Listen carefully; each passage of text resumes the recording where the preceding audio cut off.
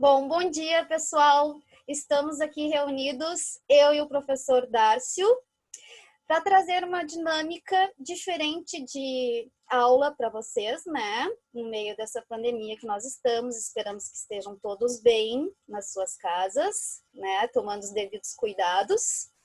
E hoje nós vamos apresentar aqui duas matérias super importantes do processo civil, que são a petição inicial e a contestação. Vamos tratar desses dois temas, certo? O professor Dárcio vai tratar do tema da petição inicial e, em seguida, eu trato do tema da contestação. Com a palavra, o professor Dárcio. Obrigado, professora Daniele. Meu bom dia. Minha saudação aos colegas, né, desejando que estejam bem, né, dentro do que é possível, né, nesse nosso contexto provisório, mas ao mesmo tempo prolongado, né, do Covid-19, e que estejam conseguindo, né, manter, né, com as adaptações necessárias, né, o compromisso, né, com as disciplinas, né, com os seus projetos pessoais e profissionais. Né? Nós também estamos nos adaptando, nos esforçando, né, para aprender as ferramentas e disponibilizar os conteúdos, né, e esperamos auxiliar da melhor maneira possível durante esse período. Tá? Tanto eu quanto a professora Daniele, né, já conversamos, né, em outras oportunidades com as nossas turmas a respeito, né, de petição inicial e contestação. Então, o objetivo, né, dessa conversa informal, né, quase um bate-papo, né, é destacar alguns pontos que nos parecem relevantes, até mesmo a partir, né, de questões que os próprios alunos têm apresentado. Tá? Então, quanto à petição inicial, né, e aqui eu estou pensando mais, né, na disciplina de estágio, mas a questão é pertinente também para as disciplinas processuais. Né? Um tema que os alunos têm levantado com uma certa insistência é a forma de abordar a matéria de direito. Né? Nós sabemos, né, que pelo sistema do Código de Processo Civil, um dos elementos da inicial, o mais trabalhoso, é a exposição da matéria de fato, né, e da matéria de direito, né, os fundamentos de fato e os fundamentos de direito. Né? Então, quanto aos fundamentos de direito, né, nós encontramos, né, especialmente com aqueles que não têm atividade de estágio ainda, ou não, nas suas atividades profissionais não têm contato, né, com as peças, nós acabamos lidando aí com uma certa dificuldade, né, e então, né, quero aqui pontuar alguns aspectos que para mim são importantes e podem auxiliá-los. Tá? Primeira coisa, né, não vamos restringir fundamentos jurídicos a fundamentos legais. Né? O fundamento jurídico é muito mais amplo. Né? É darmos os contornos jurídicos aos fatos que estão sendo apresentados na petição inicial. Né? Então, o cliente vai ao escritório, nos conta a historinha, narra os fatos e cabe a nós, então, fazer a filtragem disso, né? Filtrar esses fatos e classificá-los, catalogá-los à luz do direito. Então, quando a petição inicial vai trabalhar os fundamentos jurídicos, né, o que a lei está dizendo é que o advogado deve, portanto, apresentar a qualificação jurídica daqueles fatos. Nós estamos num sistema em que a legalidade é a sua base. Então, é natural que, na imensa maioria dos casos, nós tenhamos condições, né, de invocar dispositivos de lei, né, dispositivos constitucionais, enfim, regras expressas, né, normas expressas. Mas o fundamento jurídico ele não exige necessariamente isso e nem se esgota nisso. Há questões que o advogado vai ter que trabalhar à luz de princípios, à luz da doutrina, né, eventualmente com invocação de orientações jurisprudenciais dos tribunais, especialmente dos tribunais superiores. Então, quando nós falamos da fundamentação jurídica, né, estamos falando, né, de um cenário bastante amplo, né, que exige que o advogado, né, transforme, coloque em termos jurídicos aquela, né, narrativa dos fatos apresentada pelo cliente. Os alunos aqui encontram bastante dificuldade, é natural. Então, eu recomendaria, né, partir do básico. Né? Primeira questão é identificar em que ramo do direito o problema se insere. É uma questão de direito administrativo, é uma questão de tributário, né? É uma questão de direito civil, eventualmente pode afetar mais de um ramo, né?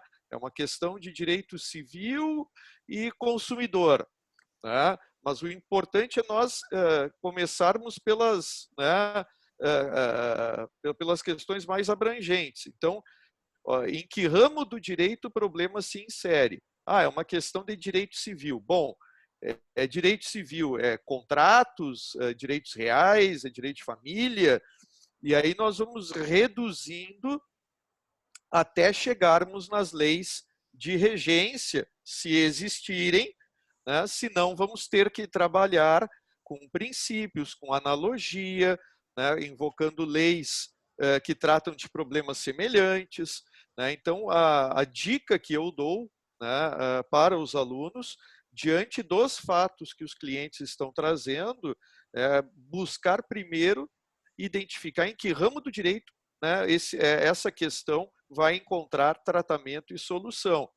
E ali dentro, buscar, então, né, quais seriam as leis, né, os regramentos de regência, os princípios aplicáveis. Né? Então, essa é a primeira dica. Né? A segunda dica, não basta simplesmente apontar legislação ou princípios. Da mesma forma que nos fatos nós fazemos uma narrativa com início, meio e fim, a argumentação jurídica da mesma maneira. Eu não posso simplesmente ali atirar dispositivos legais sem relacionar com os fatos que foram narrados, ou que estão sendo narrados, ou que estão sendo discutidos, e extrair dali as consequências fáticas e jurídicas. Então, a matéria de direito ela tem que ser tratada de forma argumentativa.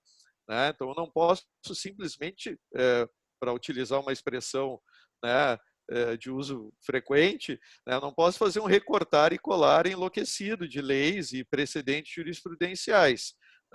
O que importa é que as coisas tenham sentido. Então, eu preciso demonstrar qual é a lei aplicável, por que ela é aplicável, o resultado da sua aplicação no caso. E com isso eu não estou dizendo que tenha que se escrever 10 páginas, 5 páginas ou 50 páginas. É de acordo com a complexidade do caso.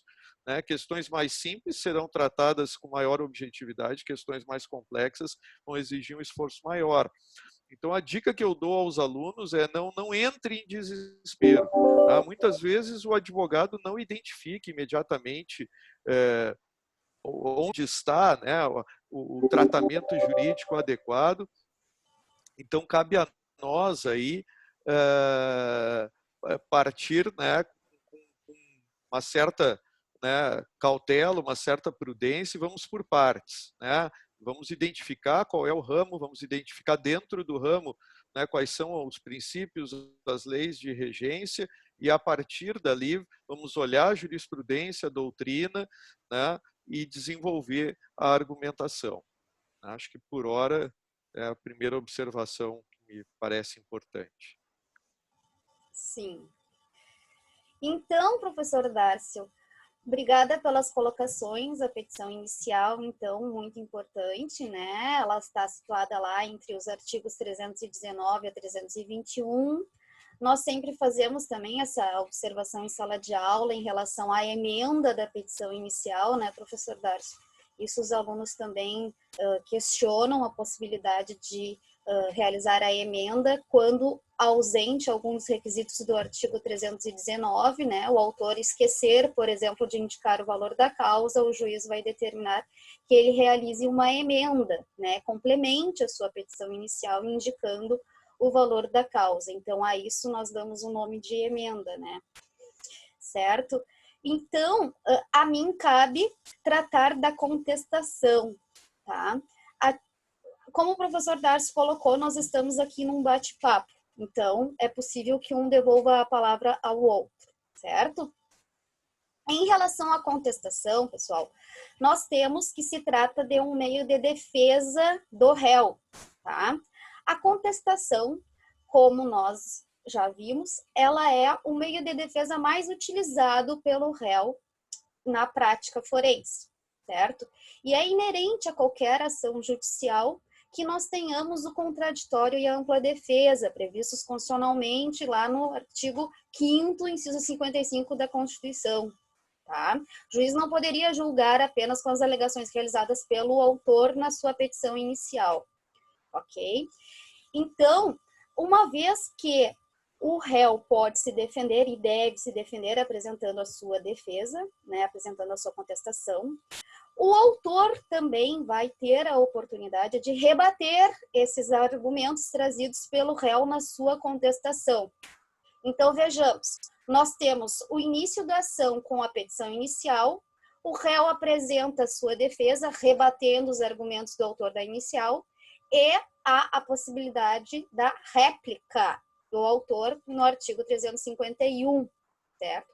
Sempre o nosso processo civil, o nosso procedimento comum é cercado pelo diálogo, tá, gente? Então, sempre nós temos que ter o diálogo presente numa ação judicial.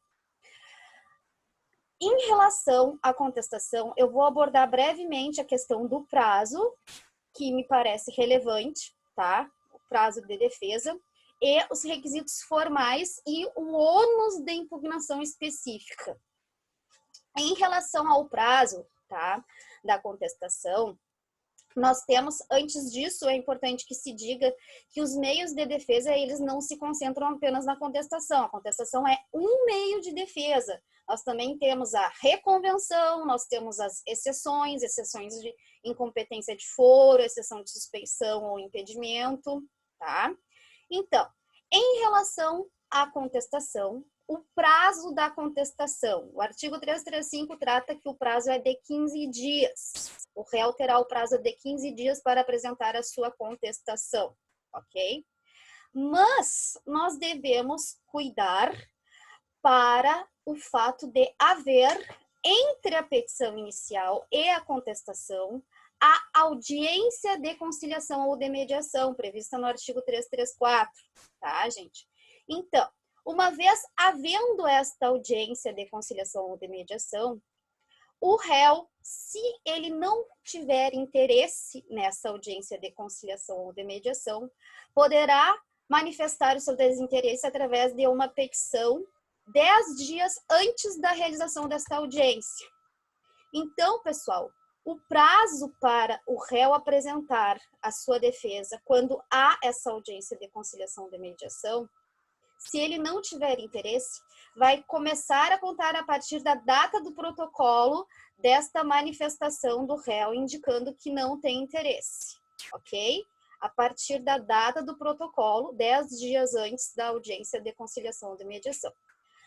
Agora, se houver a audiência de conciliação ou de mediação, saiu a audiência e não teve acordo, o prazo para contestação começa a contar da data da audiência. Os 15 dias do réu começam a contar a partir da data da audiência. Então, me parece importante que nós façamos sempre essa observação em relação à existência da audiência de conciliação e de mediação, que é a novidade trazida pelo CPC de 2015, ok? Ainda, os demais prazos, os demais casos, tá, de prazos em relação a apresentação da contestação estão previstos no artigo 231 do nosso Código. Por exemplo, quando o réu é citado pelo correio, o prazo de defesa começa a contar a partir da data da juntada do AR, aviso de recebimento, não esqueça. Esse é um dos exemplos do artigo 231, ok? Então, o réu terá 15 dias para apresentar a sua defesa, mas nós temos que ver a partir de quando que começam esses 15 dias, tá? Muita atenção nesse ponto. Em relação aos requisitos formais e ônus de impugnação específica, gente, nós temos que a nossa contestação ela é escrita e dirigida ao juízo da causa, tá? Quanto ao ônus de defesa do réu, o ônus do réu numa contestação é rebater e impugnar todos os fatos alegados pelo autor na petição inicial, tá? Sob pena de revelia, quer dizer o quê? Significa que os fatos alegados pelo autor na petição inicial serão considerados verdadeiros caso o réu não faça a impugnação pertinente na sua peça de contestação, certo? Então, por exemplo, se na petição inicial o autor traz lá pedido de danos materiais, danos morais e lucros cessantes, na contestação o réu deverá impugnar aquele pedido de danos materiais, danos morais e lucros cessantes. Tudo que o autor trouxer como pedido na sua petição inicial, como fato na sua petição inicial, o réu deverá rebater na sua contestação, porque senão aqueles fatos serão considerados verdadeiros, ok? A não ser que o réu não rebata por concordar com algum dos pedidos. Aí, ok. Tá? Nós temos que cuidar que esse ônus de impugnação específica está previsto no artigo 341 e 336, tá, gente? Existe uma exceção bem importante que cai bastante nos concursos e na prova da OAB, que é a do artigo 341, parágrafo único. Existe a possibilidade, tá, da Defensoria Pública, curador especial e advogado dativo realizarem uma contestação por negativa geral. Essas três figuras, então, que eu fiz referência, elas não vão precisar impugnar especificamente todos os pontos trazidos pelo autor na petição inicial, mas apenas essas pessoas, certo? Seguindo, a defesa na contestação, ela se divide em defesa preliminar e defesa de mérito. Quando o réu for elaborar a sua contestação, vai ter lá o endereçamento, a qualificação das partes, os fatos e o direito. O direito, numa contestação, se divide em defesa preliminar e defesa de mérito. Na defesa preliminar, vão ser alegados impugnados aspectos, vícios formais, vícios processuais contidos na petição inicial do autor, tá? Por exemplo, o autor é parte legítima para figurar no polo ativo da ação. Então, eu vou trazer em preliminar, na minha peça de contestação, aquela questão de ilegitimidade e vou pedir a extinção do processo sem resolução de mérito com base no artigo 485.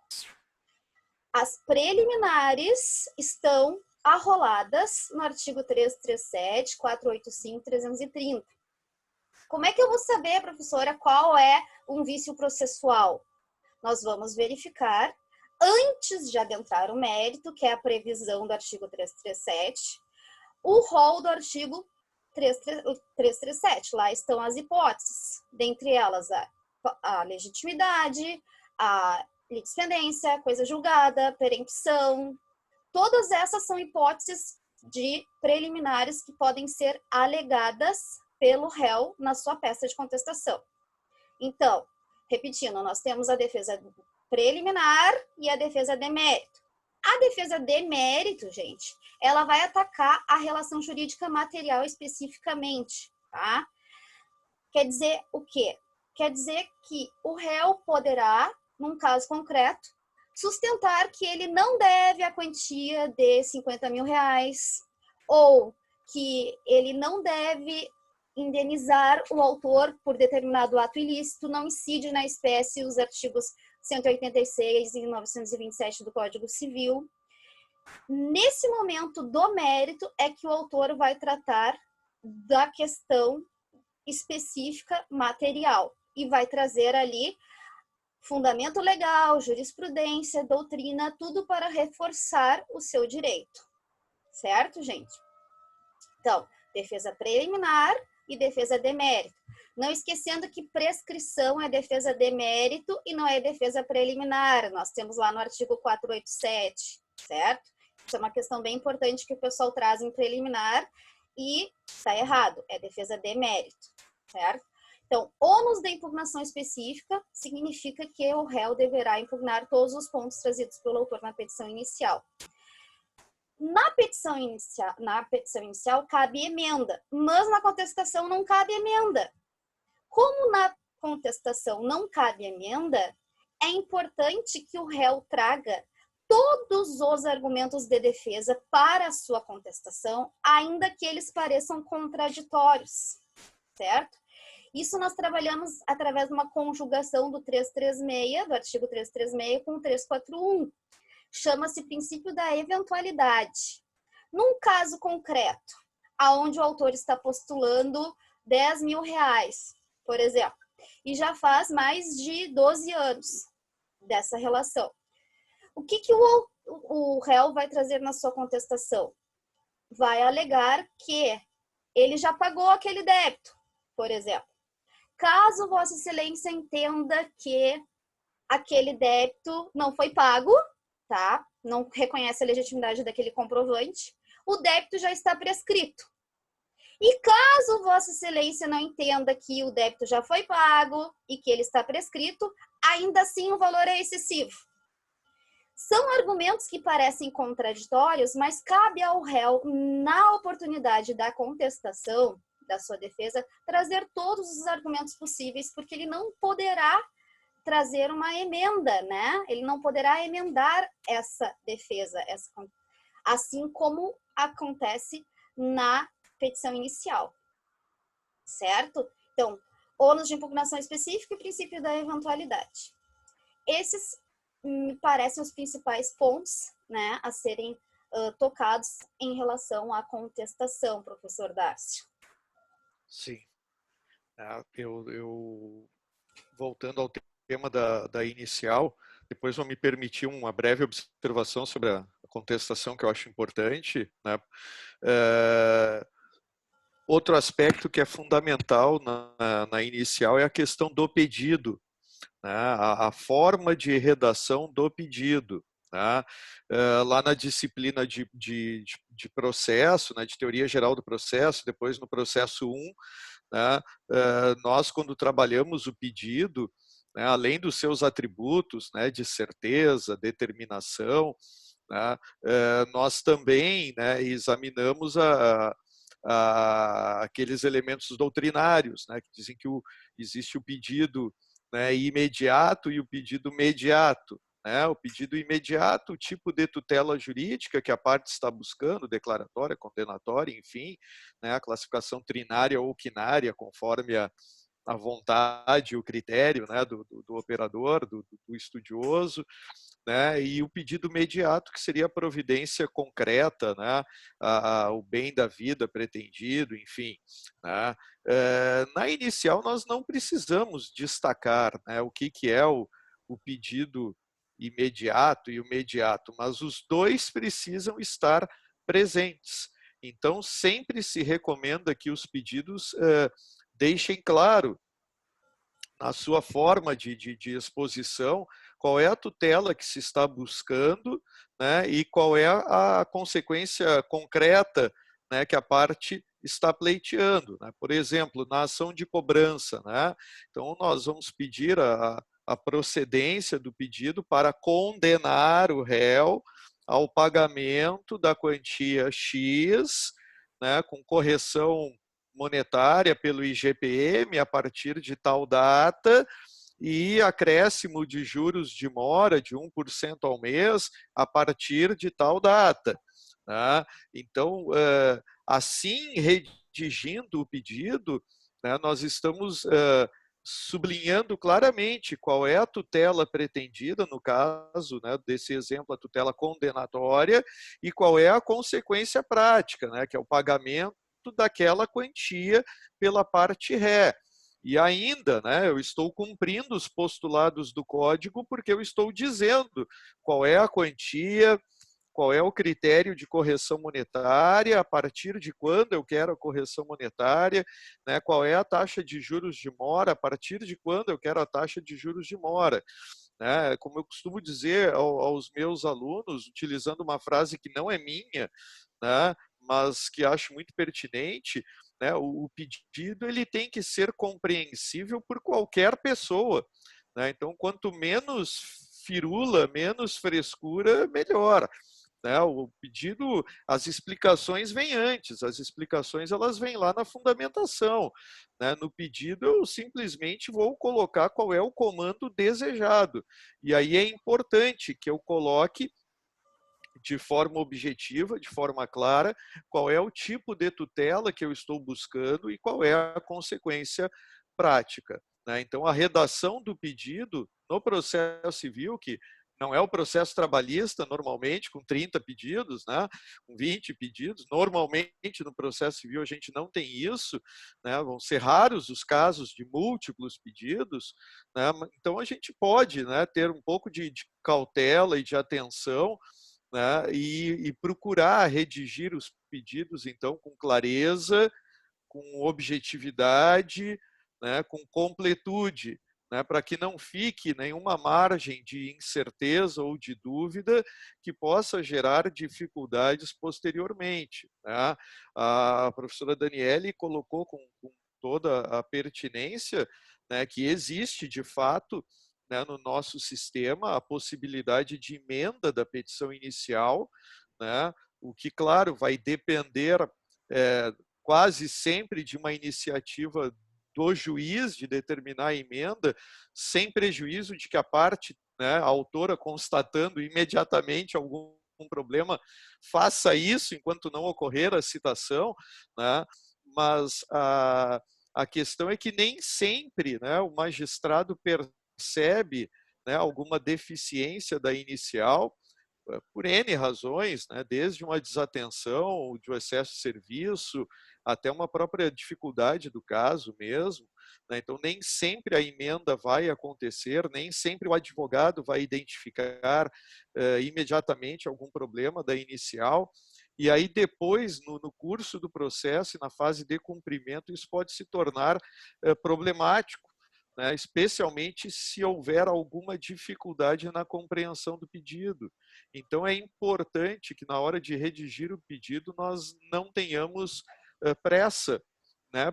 Ainda que sejam um pedido, dois pedidos, às vezes até em causas relativamente simples, né? É importante haver bastante cautela, verificarmos se a leitura é clara, se a leitura não é passível de gerar mais de uma interpretação ou alguma dúvida, né, para que nós não tenhamos problemas no caso de uma sentença favorável e o posterior cumprimento. Né?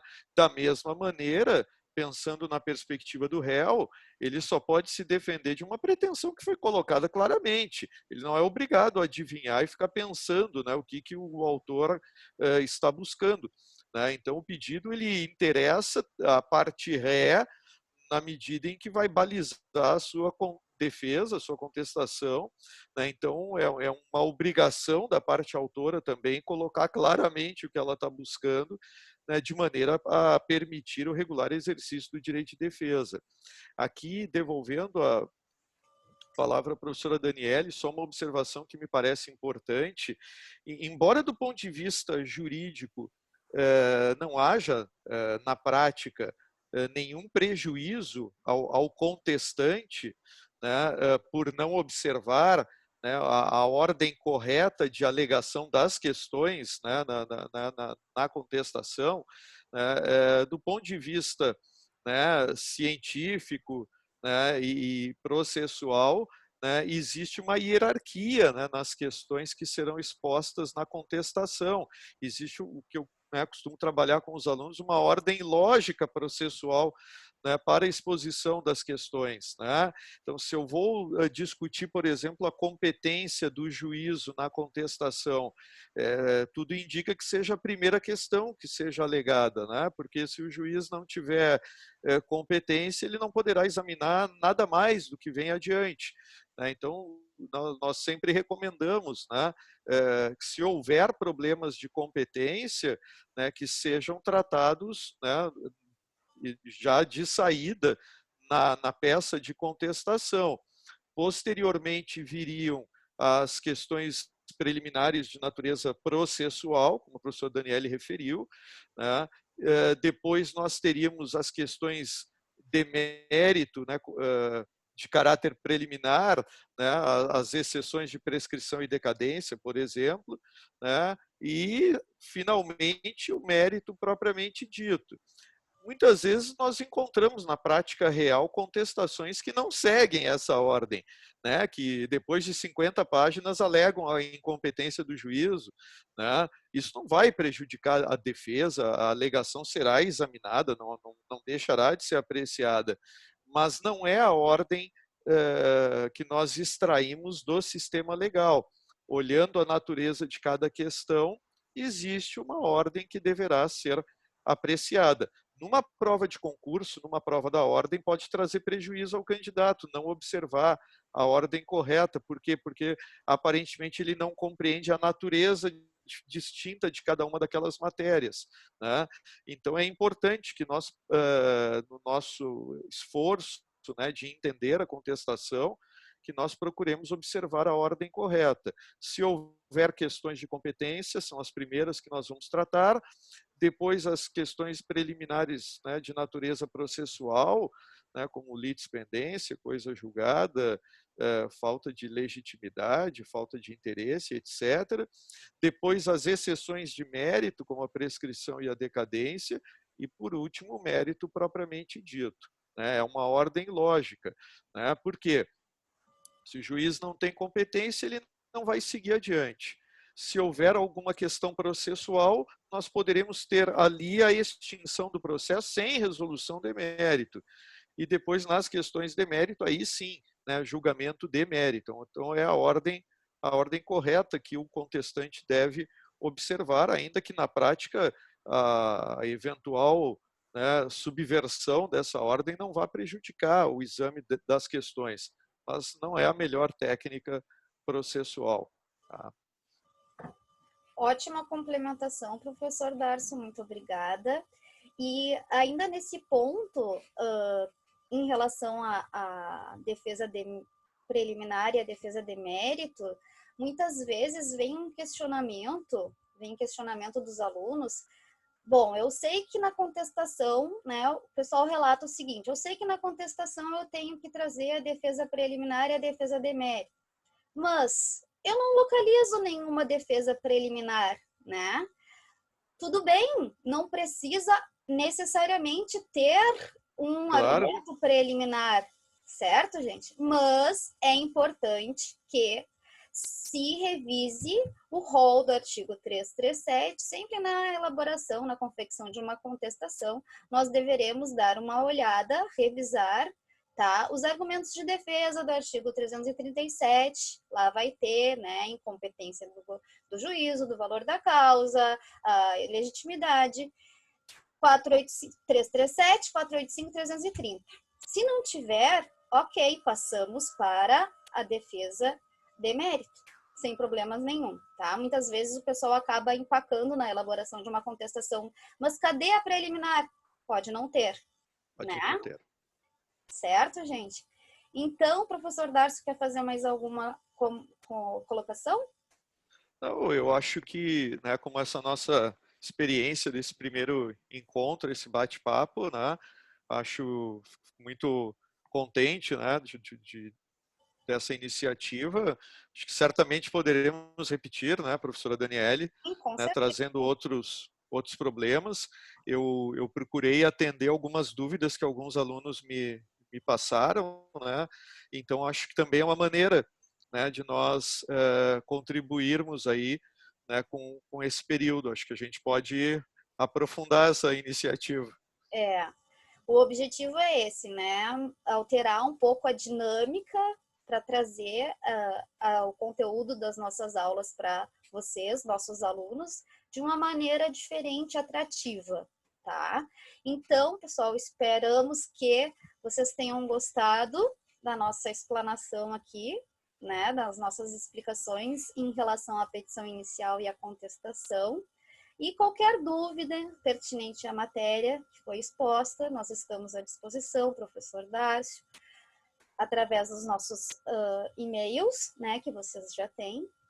E até o próximo bate-papo que nós, com certeza, faremos. Certo, professor Darcio? Com certeza. Um até Fiquem logo. bem. Um até logo para todo mundo. Cuidem-se e, se possível, fiquem em casa, né, professor? Isso. Fiquem em Certo? casa. Tchau, tchau. Até mais.